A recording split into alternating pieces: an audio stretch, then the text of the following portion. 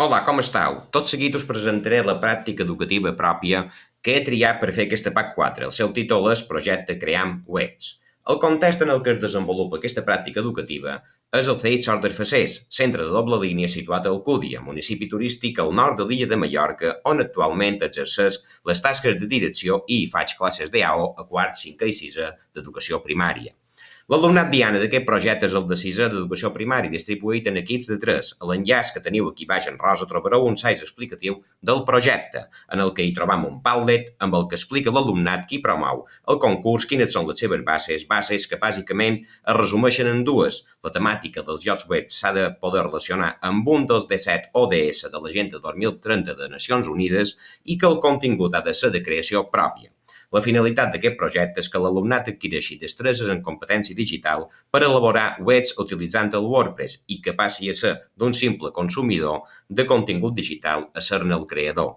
Wats.cat facilita tota la intendència, ja que de manera gratuïta proporciona tots els dominis i allotjaments que necessitam per a cada grup.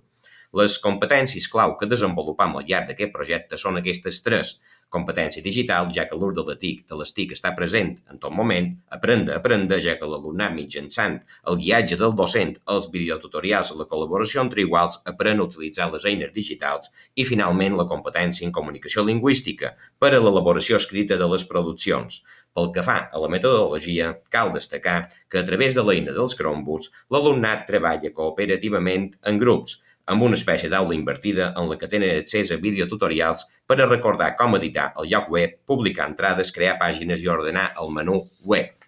Les activitats les podem dividir bàsicament en dues tipologies, construcció i disseny del lloc web en primer lloc i després creació de continguts. Pel que fa als recursos utilitzats, destacar els videotutorials, els que siguin compatibles per a ser publicats al web i que també haguem treballat amb anterioritat com presentació de Google i Canva, i la PDI com a eina d'exposició.